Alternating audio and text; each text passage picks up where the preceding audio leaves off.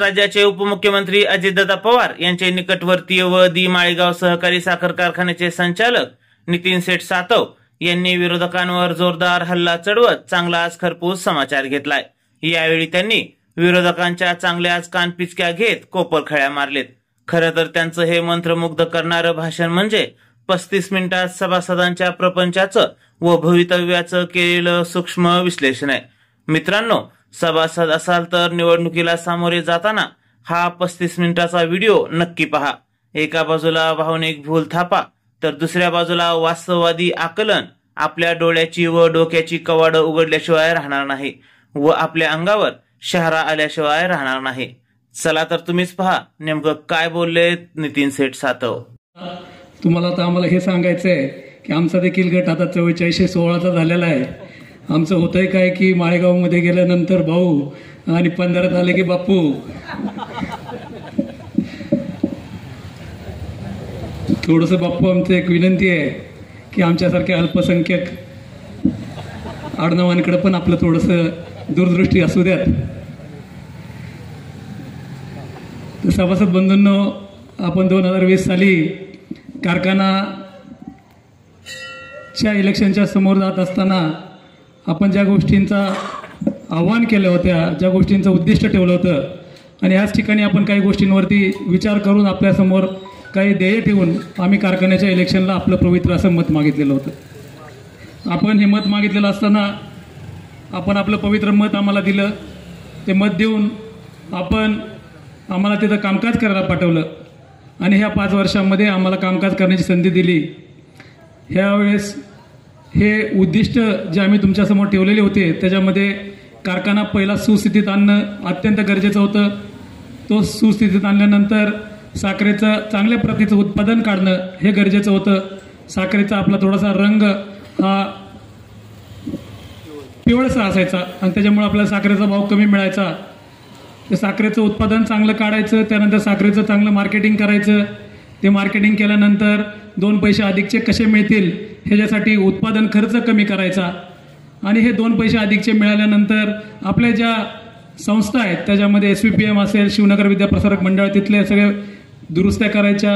हे पैसे मिळाल्यानंतर हे पैसे कुठेही दवाखान्यामध्ये खर्च होऊ नयेत ह्याच्यासाठी एक विधायक अशी इन्शुरन्सची पॉलिसी देखील आपण ह्या आणायची। असे बरेचसे उद्दिष्ट आपण घेऊन चाललो होतो।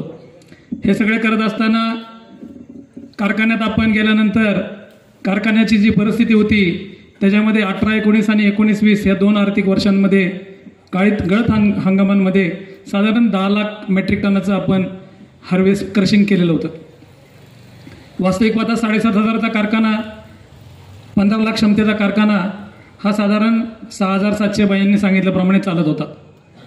तर तो चालत का नव्हता? त्याच्यामध्ये काही कारणं होती। गव्हाण छोटी होती, गव्हाणीमध्ये घास बसत नव्हता, गव्हाणीमध्ये घास कोंबला तर पुढं त्याचा जो रस निघायचा तो रस जिथं आपण उकळतो आणि घट्ट करतो त्या बॉइलिंग हाऊसमध्ये त्याच्या बॉड्या, त्याला भांडी म्हणतात, त्या भांडी कमी पडत होती। ते भांडी वाढवल्यानंतर तिथं गव्हाणीमध्ये सुधारणा केल्यानंतर आपण ज्या पुढं मॅन्युफॅक्चरिंगला गेलो तिथं क्रिस्टलायझर युनिट कमी होते, पॅन कमी होते। तिथं आपण पॅनमध्ये काही दुरुस्त्या केल्या, काही 2 नवीन पॅन टाकले 16 टनाचे। ते पॅन टाकल्यानंतर पॅनमधून जिथं साखर खाली पडते त्या हॉपरमध्ये हॉपर कमी होते, हॉपर आपण नवीन टाकला। हॉपर टाकल्यानंतर जिथून साखर वर उचलली जाते सायलोमध्ये, त्या सायलोच्या साईजेस कमी होत्या। तिथं म्हणजे सायलोमध्ये साखर साचवली जाते आणि नंतर एका चाळणीमधनं ती साखर चाळून वेगवेगळ्या ग्रेडची काढून ती पिशव्यांमध्ये भरली जाते। ते सायलो बारके होते, सायलो वाढवले आपण। सायलो वाढवल्यानंतर एलिव्हेटर वाढवला, त्यानंतर सिविंग मशीन, साखर शिवण्याचं पोतं, त्याची मशीन आपण नवीन टाकली आणि हे सगळं करत असताना आपल्याला उत्पादित झालेली अधिकची साखर SVPMच्या आपल्या इंग्लिश मिडियमच्या ग्राउंडवरती आणून झाकून ठेवायला लागायची। त्याच्यामध्ये साखर भिजायची पावसाळ्यात। तर आपण एक गोडाऊन बांधलं, साधारण 4 लाख मेट्रिक टनाचं ते 4 लाख पोत्यांचं गोडाऊन आपलं ते आपण अद्यावत असं बांधलेलं आहे। तर ह्या सगळ्या दुरुस्त करत असताना ह्याचा परिणाम काय झाला की जो कारखाना सरासरी 18-19ला 19-20ला 10 लाख टनांनी क्रशिंग करत होता, तोच कारखाना आपल्या 5 वर्षांच्या काळामध्ये, बाप्पू त्यांच्या भाषणामध्ये अधिक सांगतील की 5 वर्षांच्या काळामध्ये 13 लाख सरासरीच्या गाळपाने हा कारखाना चालला। अण्णा हा कारखाना 13 लाखाने चालत असताना 30% आपण क्रशिंग वाढवलं. 3 लाख मेट्रिक टनाचं क्रशिंग दरवर्षी आपण वाढवलं सरासरी. हे वाढवत असताना 10-50 रिकव्हरी होती, ती रिकव्हरी आपण 12वरती नेली. म्हणजे 10 लाख टन मेट्रिक ऊस गाळल्यानंतर आपल्याला 10,50,000 पोती साखर मिळत होती, ती आज आपल्याला 13 लाख गाळल्यानंतर 15 लाख पोती साखर मिळते. ही मिळत असताना पुढच्या काळामध्ये ती साखर क्वालिटी वाढवण्यासाठी आपण ज्यूस क्लॅरिफायर टाकला. त्या क्लॅरिफायर टाकल्यामुळं तिथं साखर अजून शुद्धीकरण करून ती पॅनला दिली जाते. जिथं साखरेचा क्रिस्टल बनतो म्हणजे साखर तिथं बनते तिथं शुद्धीकरण करून दिली जाते. आणि त्या अशा प्रकारे साखरेची प्रत वाढवल्यामुळं मागच्या 3 वर्षामध्ये सरासरी साखरेचा भाव आपल्याला सोमेश्वरपेक्षा चांगला मिळाला. आणि ह्याचा परिणाम काय झाला? साखरेचा भाव चांगला मिळाल्यामुळं सोमेश्वरचा मागच्या 3 वर्षातला 22-23, 23-24, 24-25 ह्या 3 वर्षामधला सरासरी दर जो राहिलेला आहे ऊसाचा तो राहिलेला आहे 3280 रुपये. आणि आपण ह्या मागच्या 3 वर्षामध्ये जो दर दिलेला आहे तो 3382 रुपये दिलेला आहे. आपण 102 रुपये ऊसाला सोमेश्वरपेक्षा मागच्या 3 वर्षांमध्ये जास्तीचे दिले. हे सगळे भाव चांगले देत असताना, कारखाना चांगला चालवत असताना अत्यंत चांगल्या पद्धतीचे काही टेक्नॉलॉजीज आपण कारखान्यामध्ये आणल्या. ह्याच्यामध्ये तुम्हाला सांगायला मला आनंद वाटेल, मी 4 तारखेला मार्चच्या आपल्या ह्याच ठिकाणी सभा होती आणि त्या ठिकाणी आपण प्रचाराच्या घोंगडी बैठका चालू केल्या होत्या. पण त्यानंतर इलेक्शन पुढे गेल्यामुळं त्या बैठका थांबल्या. त्या 4 तारखेच्या मिटिंगमध्ये मी तुम्हाला इथं सांगितलं होतं की आपण कारखाना स्तरावरती आपल्या 2019-20 आणि 19-20 आणि 20-21 सॉरी 18-19-19-20ला शेवटच्या वर्षामध्ये साधारण 2000 मेट्रिक टन हार्वेस्टिंग फक्त आपलं हार्वेस्टरच्या माध्यमातून झालं होतं.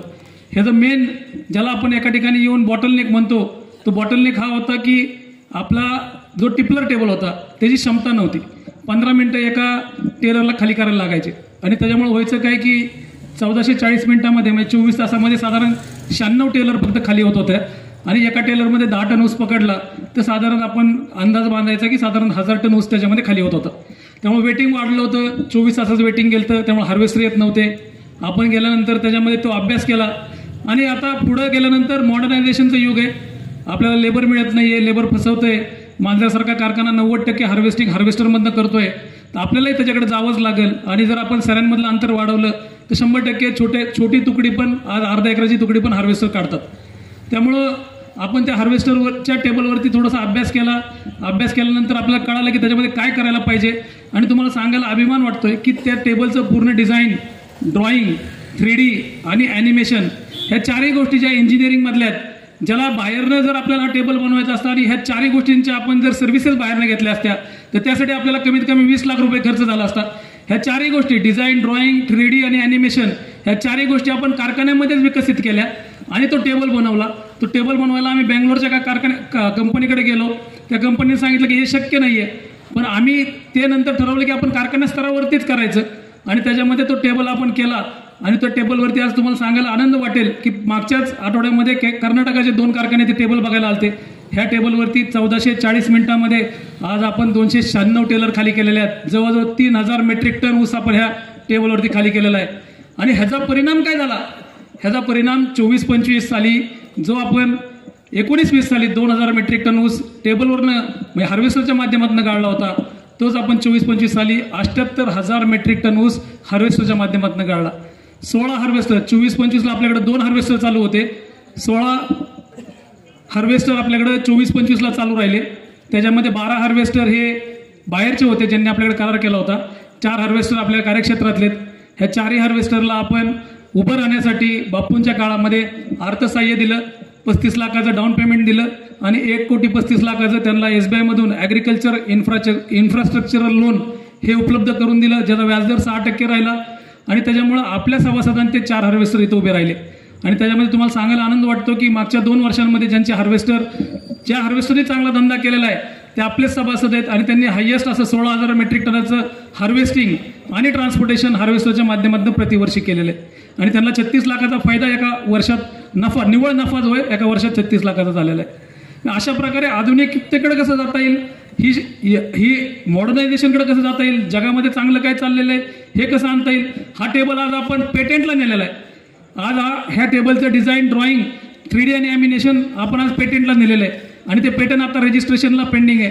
म्हणजे अशा प्रकारे काही कारखाने म्हणजे प्रायव्हेट कारखाने, म्हणजे अभिमानाची गोष्ट ही आहे की प्रायव्हेट कारखाने, महाराष्ट्रातले प्रायव्हेट कारखान्याने ऑलमोस्ट सगळ्या कारखाने 100 प्रायव्हेट कारखान्यांपैकी 78 प्रायव्हेट कारखाने आपल्या इथे येऊन ते टेबल बघून गेलेले आहेत. म्हणजे अशा प्रकारे काम करत असताना बापूंच्या काळामध्ये बापू कधी रात्री अपरात्री कारखान्यामध्ये जायचे, त्यावेळेस बरीचशी धूळ उडलेली असायची. तर बापूंनी त्या ठिकाणी काही सूचना केल्या की जी धूळ उडतीये ही धूळ आपल्याला कॅच करता येईल का, आणि त्याप्रमाणे त्या धुळीचं म्हणजे जी पिठी साखर उडत असते ती कॅच करण्याचं आपण एक टेंडर काढलं. ती यंत्रसामुग्री आपण आणली.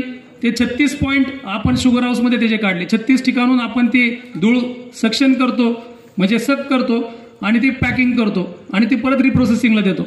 त्या 36 पॉईंटवरनं आपण साधारण 24 तासामध्ये 20 क्विंटल एवढी पिठी साखर आज गोळा करतो, ती परत रिप्रोसेसिंगला देतो.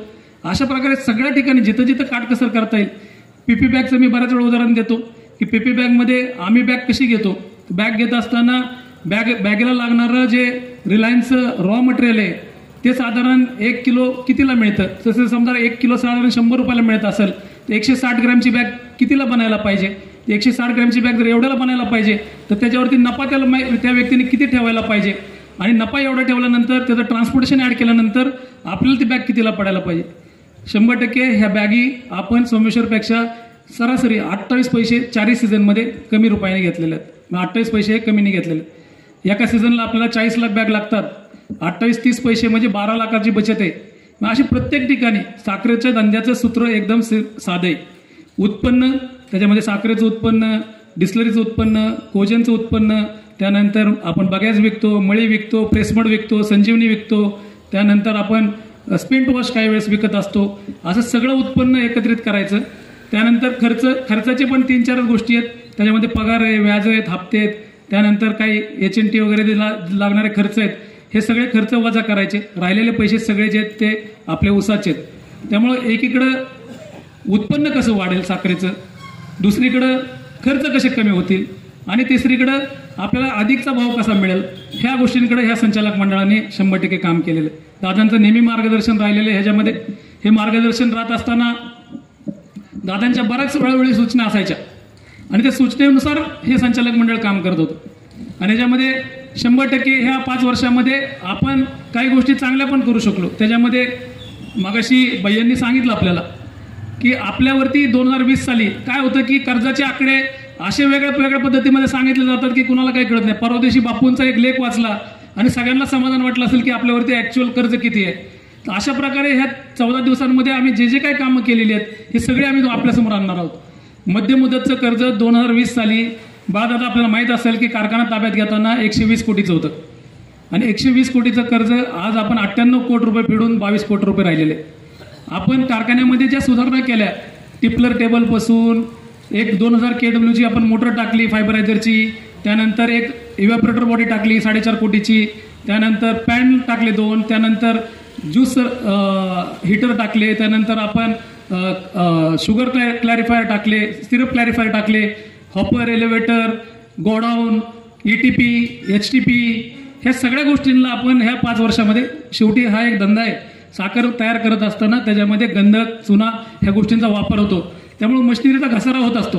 दरवर्षी आपण 10%नी एक अर्थशास्त्रामध्ये 10% घसारा दरवर्षी धरला जातो, आणि त्याच्यामध्ये काही ना काही गोष्टी नवीन कराव्या लागतात. त्यामध्ये आपण ह्या 5 वर्षामध्ये ह्या सुधारणा करत बाकीच्या गोष्टींमध्ये आपण साधारण भांडवली गुंतवणूक 102 कोटीच्या केल्या. 102 कोटीच्या भांडवली गुंतवणूक करत असताना भाऊंची दूरदृष्टी, बापूंची चिकाटी, ह्याच्यामुळं आपण 80 कोटी रुपयाच्या ह्या ज्या भांडवली गुंतवणुकीत ह्या सर्व भांडवलातनं केल्या, नाही त्याला कर्ज घ्यावं लागलं असतं. मग एकीकडं आपण उत्पादन वाढवलं, उत्पादन खर्च कमी केलं, तिसरीकडं आपण हे जे काय कर्ज होते ते फेडले. हे फेडत असताना आपण उच्चांकी भाव दिला. भाव देत असताना 2020 साली आपल्यावरती टीका व्हायची. 2020 साली आपण ज्यावेळेस इलेक्शनला जात होतो त्यावेळेस विरोधी पक्षातील सगळी लोक काय म्हणायची की दादांना हा कारखाना आमच्या ताब्यातून कशासाठी घ्यायचा आहे. हा एक प्रमुख प्रश्न त्यांनी आपल्याला विचारला होता की दादांना हा कारखाना आपल्या ताब्यातून कशासाठी घ्यायचा आहे. त्याचं कारण असं आहे की दादांचा दरवर्षी स्वतःचा 50 लाख मेट्रिक टन ऊस गाळला जातो, आणि 50 लाख मेट्रिक टन ऊसाला जर त्यांनी 200 रुपये भाव कमी दिला तर शेकडो कोटीचा फायदा त्यांचा, 100 कोटीहून अधिकचा फायदा त्यांचा होणार आहे. म्हणून त्यांना हा कारखाना ताब्यात घ्यायचा आहे, जेणेकरून त्यांच्या कारखान्याचा भाव त्यांना कमी देता येईल. पण सभासदांनो, आपण सगळेजण सुज्ञ आहात. ती आम्ही व्हिडिओ क्लिप लावणार आहे, येणाऱ्या 2 दिवसांमध्ये ती व्हिडिओ क्लिप लावणार आहे आणि आम्ही दाखवणार आहे की हे जे सांगत होते 200 रुपये कमी द्यायचे, हे आपण त्यांच्या 3400पेक्षा 3411 दिले. 23-24ला ज्यावेळेस 3411 दिले त्यावेळेस इलेक्शन नव्हतं. नंतर 22-23ला 23-24ला आपण 3636 दिले त्यावेळेस इलेक्शन नव्हतं. आता आपण आतापर्यंत 3332 दिलेले आहेत. म्हणजे अशा प्रकारे आपला भावात चढता राहिलेला आहे.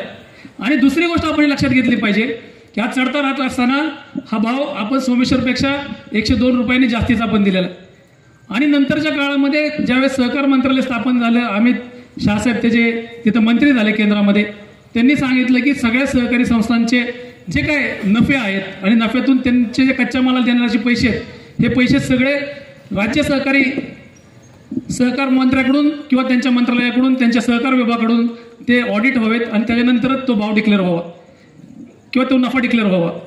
तर त्या सूत्रातून त्यांनी 2022-23ला ज्यावेळेस आपण 3411 काढला, आपला सगळा लेखाजोखा हा साखर आयुक्तांकडे पाठवला.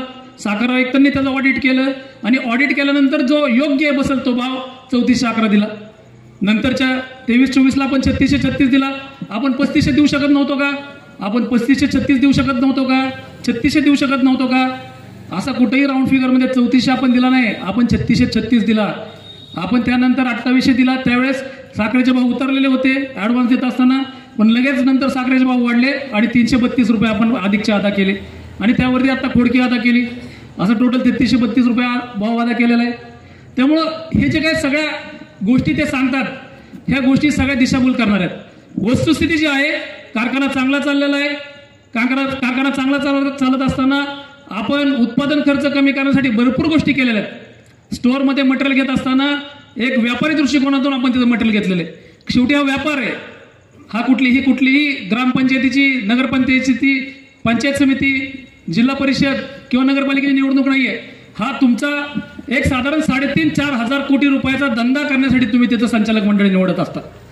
हे 5 वर्षामध्ये 3.5-4 हजार कोटीचा धंदा करण्यासाठी तिथे एक व्यापारी दृष्टिकोन लागतो. उद्या स्टोअरमध्ये जर 5 आणि 6 कोटी रुपयाचा माल आपण ठेवत असेल तर तेवढी त्याची गरज आहे का? मग तोच माल जर व्यापाऱ्याच्या दुकानात राहिला आणि लागेल असं आपण मागवला तर त्याची बिलं पडत नाहीत. त्याला डेफर्ड आपल्याला खर्च करता येतो. त्याची बिलं वेळेवर ज्याची बिलच जमा नाही आहेत त्याला पैसे देण्याची गरज नसते.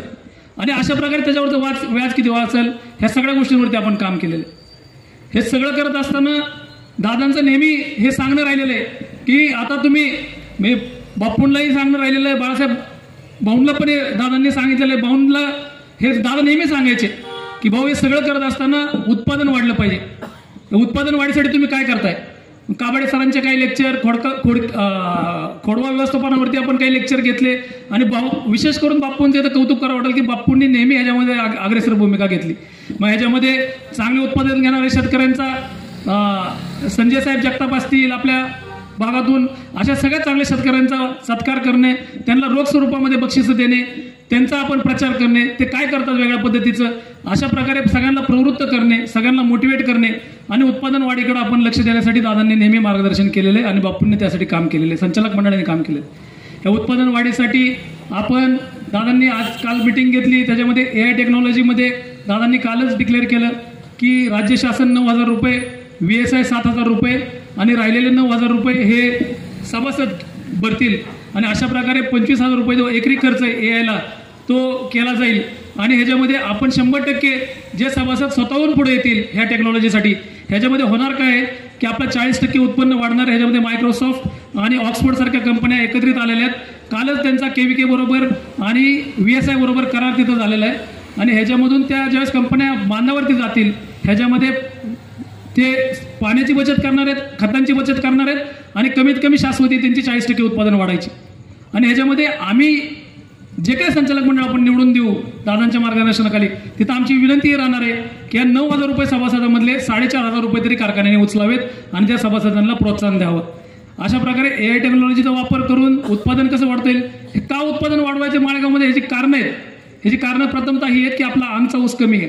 7.5 लाख टनावरती आपला आंगचा ऊस नाही आहे. आपल्या गेटकेनवरती अवलंबून राहावं लागतं आणि गेटकेनवरती अवलंबून राहत असताना त्याचे ट्रान्सपोर्टेशन वाढतं, HNTचा खर्च वाढतो आणि त्याचा परिणाम इकडे भावावरती येतो.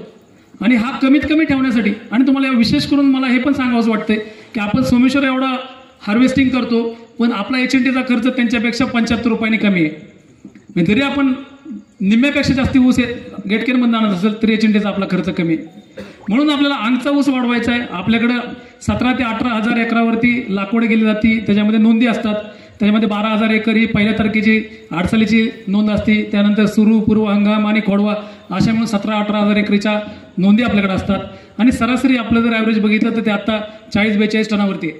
आणि हेच जर ॲव्हरेज आपलं समजा 10 टनांनी वाढलं तर आपल्याला साधारण 2 लाख टन ऊस आपल्या अंगचा वाढू शकतो. हे उद्दिष्ट आपलं ह्या 5 वर्षामध्ये राहणार आहे. आणि हे रोजचं काम आहे. ह्याला सातत्य लागतं.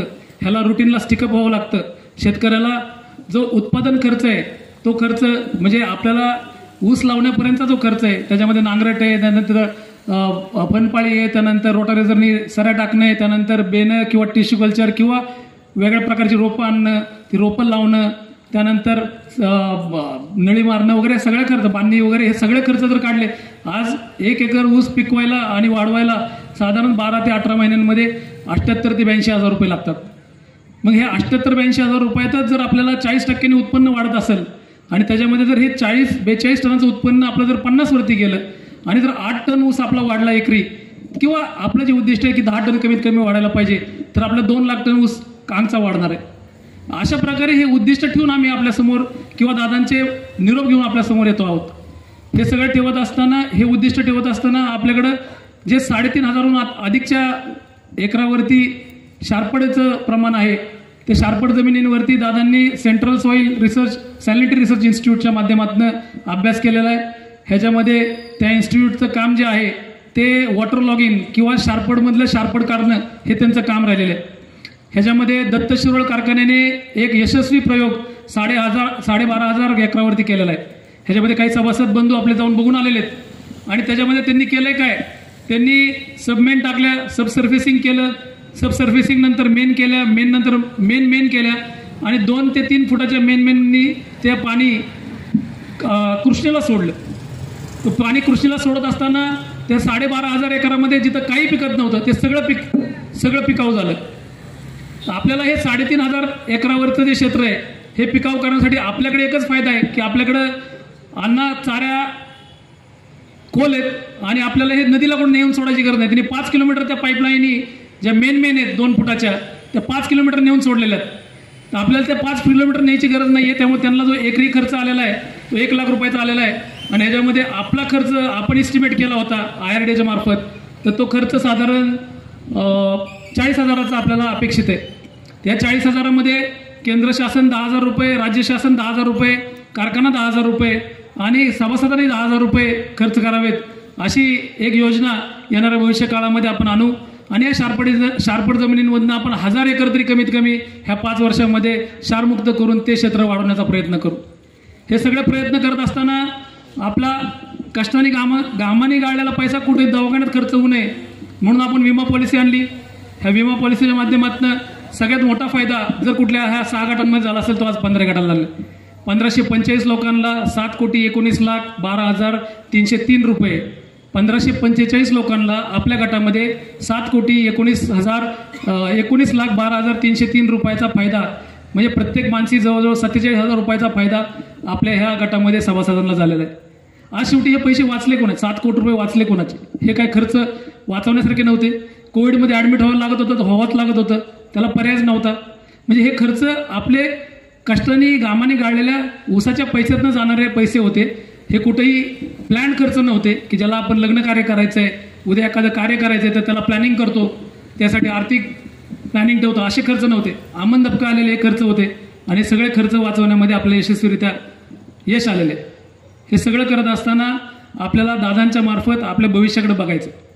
आपलं भविष्य उज्ज्वल ठेवायचं असेल, आपल्याला आपल्या पुढच्या पिढीने हा एक ऊस धंदा म्हणून करायचा असेल आणि भविष्याच्या दृष्टिकोनातून उत्पादन वाढ, नंतर शारपड जमिनींचं क्षारमुक्त करणे, त्यानंतर काटकसरीने कारखाना चालवणे. ह्याच्यामध्ये मला तुम्हाला एक गोष्ट अजून एक नमूद करावीशी वाटते की दादांनी काही वेळेस ज्यावेळेस आता ह्या प्रक्रियेमध्ये काही इच्छुक मंडळी दादांकडे गेली किंवा काही गावातले ज्येष्ठ सन्माननीय दादांकडे गेले तेव्हा दादांनी तिथं बोलून दाखवलं की येणाऱ्या काळामध्ये, आशिष बाईंनी पण मगाशी सांगितलं की येणाऱ्या काळामध्ये आपण काय करणार आहे.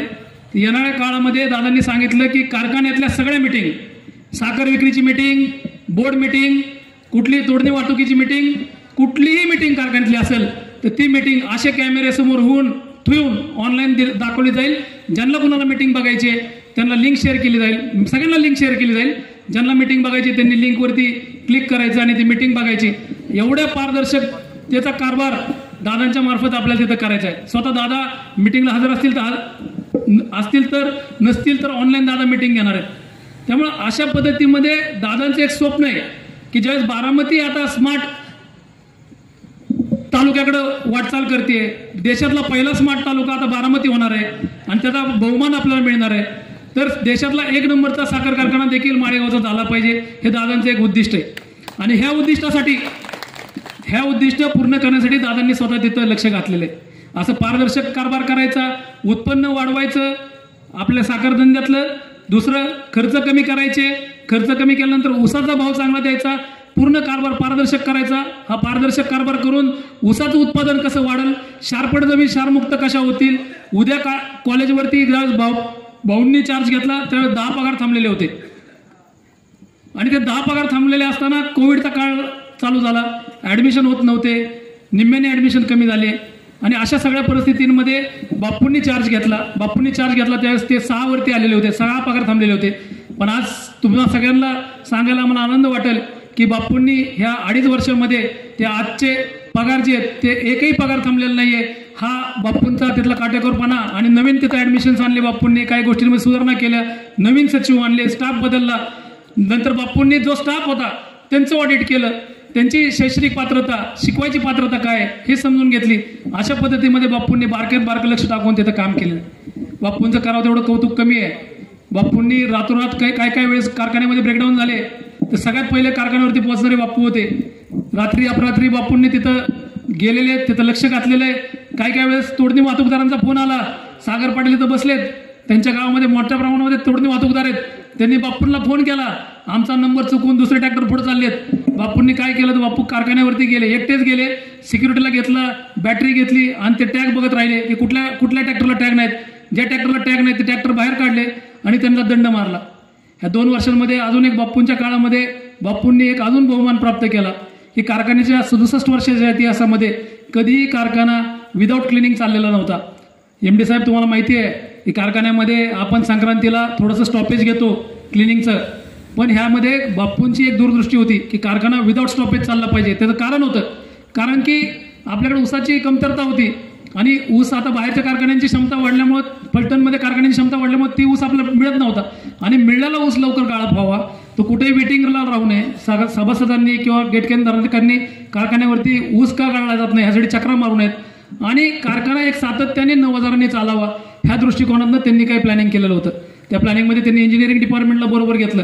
त्याच्यामध्ये त्यांनी केलं काय की ज्या क्लिनिंगला बॉड्या लागतात त्या बॉड्या स्पेअरला घेतल्या आणि काही बॉड्या स्पेअरला घ्यायच्या, काही बॉड्या ऑनलाईन घ्यायच्या आणि क्लिनिंगला कारखाना थांबवायचा नाही.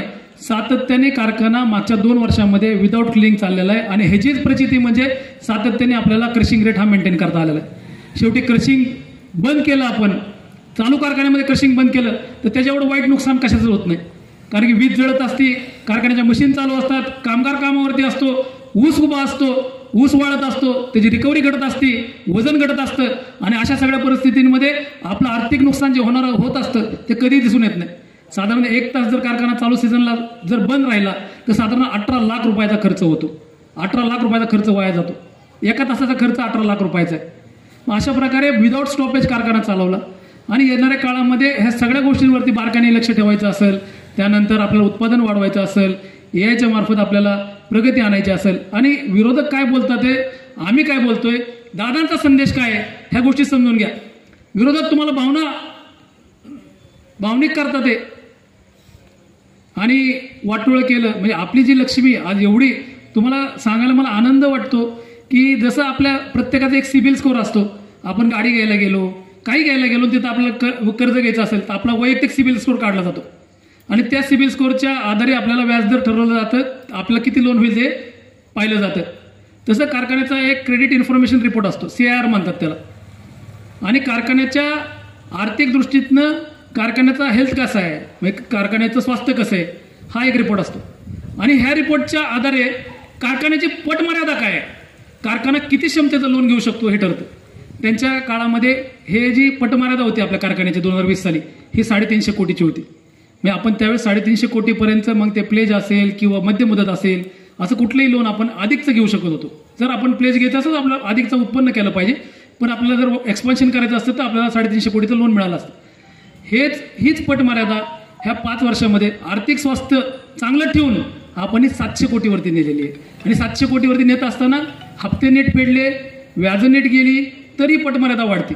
आणि पटमर्यादा वाढली उद्या कुठलेही प्रोजेक्ट आणायचे असतील आपल्याला, कुठलेही प्रोजेक्ट उद्या आपल्याला सीबीजी तयार करायचे 10 कोटीचा प्रोजेक्ट. सीबीजी म्हणजे सीएनजी आहे. आणि हे सीएनजी आपण कशाला देतो, ते टोरेंटची जी लाईन येते आपल्याला, जी आता बारामती शहरामध्ये टोरेंटची लाईन आलेली आहे, त्या लाईनला ती लाईन कनेक्ट होती आणि आपण तो सीएनजी त्यांना साधारण 65 ते 70 रुपये किलोनी विकत असतो. तर सीबीजी आपल्याला तयार करायचा आहे. अशा प्रकारे हे पटमर्यादा आपल्याला भविष्यामध्ये काम येणार आहे. मगाशी बाईंनी सांगितलं की आपण डिस्लरीचा प्रकल्प करत असताना दादांनी सांगितलं की आता हमी भाव वाढतोय साखरेचा, 3550 झाला, 3100चा 3550 झाला. 31 रुपये किलोची साखर आज 3550नी कमीत कमी विकावं लागते किंवा कमीत कमी घ्यावी लागते ज्याला घ्यायची त्याला. हमी भाव वाढला की साखरेचे दर वाढतात आणि साखरेचा दर जर 3900-3800 रुपये झाला तर इथेनॉल काढून परवडत नाही. केंद्र शासनाचं क्लिअर धोरण आहे, 96% लोक हे खाणार आहेत, 4% लोक हे उत्पादित करणार आहेत. त्यामुळे ती काय आपली MSP ज्याला न्यूनतम प्राइस आहे साखरेची किंवा ज्याला हमी भाव आहे तो कधी जास्तीचा वाढून देणार नाही. मग कोजन असेल, डिस्लरी असेल, ह्याच्यातून मिळणार अधिकचं उत्पन्न. आणि जर आपण मागाशी सांगितलं 3300 रुपयावरती आपण 3600 रुपये भाव दिला, 33 रुपयांनी साखर गेली तर 36 रुपये आपण उसाला भाव दिला, 3636. तर आता जर साखर आपली 3800 जात असेल तर उसाला काय भाव बसले तुम्ही थोडीशी कल्पना करा. आणि हा भाव बसत असताना जर अधिकचा पैसा उत्पादन वाढून नाही मिळाला तर मग त्याचा काही अर्थ होणार नाही. त्यामुळे अशा बरेचशा गोष्टी म्हणजे आम्ही सांगायला आलो तर अशा 10 गोष्टी सांगू तुम्हाला. उत्पादन वाढीच्या 10 गोष्टी, खर्च कमी करण्याच्या 10 गोष्टी, त्यानंतर ऊसाचं उत्पादन वाढवण्यासाठी 10 गोष्टी सांगू. आणि सगळ्या गोष्टी सांगत असताना आम्ही त्याचे प्रयोग केलेले आहेत. 110015, 120009 ह्या व्हरायट्या आणलेल्या आहेत आपण, त्या विकसित करण्याचा प्रयत्न केलेला आहे. त्या सर्टिफाईड व्हरायट्या 11 महिन्यामध्ये साधारण 14ची रिकव्हरी देतात, इथपर्यंत आपण पोहोचलेलो आहे. म्हणजे काही भागामध्ये जिथं जानेवारीमध्ये ऊस केला जातो तिथं ह्याच व्हरायट्या द्यायच्या 120009, 110015 आणि त्या व्हरायट्या 11 महिन्याच्या मॅच्युरिटीला येतात. आणि उन्हाळ्यामध्ये जिथं ही पिकं पाण्याला आचकतात तिथं त्या व्हरायट्या हार्वेस्ट होऊन गेलेल्या पाहिजेत. अशा प्रकारे नियोजनबद्ध काम करण्यासाठी हे सगळं संचालक मंडळ काम करेल, अशा सूचना, असे मार्गदर्शन दादांनी केलेले.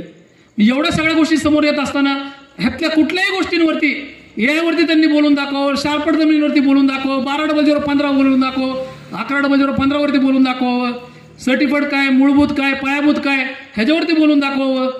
आपल्या भविष्यावरती त्यांनी बोलावं. त्यांनी भावनात्मक करू नये. भावनात्मक करून कुणाचाही प्रपंच चालणार नाहीये. 2 पैसे अधिकचे मिळणार नाहीयेत.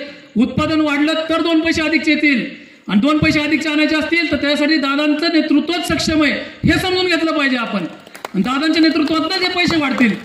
आज दादांकडे ती ताकद आहे. इथं इलेक्शन चालू आहे. इलेक्शन चालू असताना ही सगळी मंडळी इलेक्शनच्या घुमघुमण्यामध्ये गुंतलेली आहेत, पण दादा कुठं व्यस्त आहेत? AIच्या मीटिंगमध्ये. सगळ्या कृषी मंत्री आदरणीय पवार साहेब, आदरणीय साखर संघाचे अध्यक्ष, नंतर राष्ट्रीय साखर संघाचे अध्यक्ष हर्षवर्धन पाटील साहेब, सगळेजण कुठं व्यस्त आहेत? तर AI टेक्नॉलॉजीच्या इम्प्लिमेंटेशनसाठी. म्हणजे हा दूरदृष्टिकोन पाहिजे. आज इथं जर उभ्या केलं, इथं बापूंना उभं केलं, त्याच्यानंतर भैयांना उभं केलं, मला उभं केलं, आशिषला उभं केलं, स्वप्नांना उभं केलं, तर अशा पिढ्या दिसतील इथं ही येणारी कारखानदारी ह्याच्यामध्ये आत्मा आहे. आम्ही सगळेजण इथं असू नसू ही कारखानदारी येणारे पुढच्या 50 वर्ष चालणारी आहे. ह्याच्यातून पुढच्या पिढीचा प्रपंच घडणार आहे, पुढच्या पिढीचं आपलं भविष्य घडणार आहे. तर अशा पिढ्या इथं दिसायला पाहिजेत ज्या सक्षम असतील, या कारखाना पुढे चालवतील. त्यामुळे येणारं भविष्य दादांच्या हातात आहे. आणि आपल्याला जर हे सुदृढ करायचं असेल, आर्थिक सबलीकरण आपल्यामध्ये आणायचं असेल, आपल्या प्रपंचामध्ये भार पडायचा असेल तर येणाऱ्या 22 तारखेला अजितदादा देतील ते धोरण, अजितदादा सांगतील ते धोरण, अजितदादा देतील तो माणूस आपल्याला तिथं निवडून द्यायचा आहे. आणि हे सगळं करत असताना दादांचे विचार, दादांनी सांगितलेल्या गोष्टी ह्या सगळ्या आपल्याला घराघरी पोचवायच्यात. त्यामुळे अधिक न बोलता माझे आपल्याला ह्या निमित्ताने एवढंच सांगणे की आज या सगळ्या मीडियावरती आम्ही लाईव्ह आहे. हे लाईव्ह असताना विरोधकांनी कधी सांगावं, सामने यावं, 15 मध्ये समोर स्टेज टाकायचे. आमच्या इथं पिढ्या दिसतील. आज ज्येष्ठांपासून आता येणाऱ्या 18 वर्ष 20 वर्षाचे जे नवीन सभासद आहेत त्यांच्यापर्यंत आमच्या पिढ्या दिसतील की जे हे पुढे कारखानदारी चालू शकतील आणि कारखानदारी सक्षम करू शकतील. आणि त्याच्यामध्ये अजितदादांचे पुढचे 20-25 वर्षांचं नेतृत्व कमीत कमी आपल्याला लाभणार आहे. अशा परिस्थितीमध्ये आपण हा प्रपंच 3,500-4,000 हजार कोटी रुपये कमी नसतात. 4,000 कोटीवरती शून्य टाकणं एवढं सोपं नाहीये. एवढं सहजासहजी आपण 4,000 वरती शून्य टाकू शकत नाही. त्यामुळे 4,000 कोटी रुपयाचा कमीत कमी धंदा तुमचा करायचा आहे ह्या 5 वर्षांमध्ये. हा किती चोख वाजवायचा आहे, त्याला व्यापारी दृष्टिकोन कसा पाहिजे, कशी काटकसर करायची आहे, ह्या सर्व गोष्टींचं जर ज्ञान जगामध्ये सगळ्यात चांगल्या पद्धतीचं आज ऊस धंद्यातलं साखर धंद्यातलं नॉलेज जर कोणाला असेल ते आपल्या अजितदादांना आहे. दादांनी आपली नळकांडी बघितली तर सांगतात कुठल्या मशीनमध्ये तुमचा काय प्रॉब्लेम आहे, मशीनचा आवाज बघितला तर सांगतात कुठल्या मशीनमध्ये कुठल्या गोष्टी दुरुस्त करायच्यात. एवढा अभ्यास त्यांचा आहे. एवढा अभ्यास असताना आपण आपलं पवित्र मत कुणाला द्यायचं, आपण हे भावनेला द्यायचं, विकासाला द्यायचं, प्रगतीला द्यायचं, हे आपण ठरवायचं. त्यामुळं आपण सर्वजण ह्या सर्व गोष्टी समजून घेऊन सर्व गोष्टी आपल्या सगळ्या मतदारांपर्यंत पोहोचवाल आणि ह्याच्यातून आपल्या पुढच्या भविष्यासाठी 100% आपण योग्य ती निवड कराल.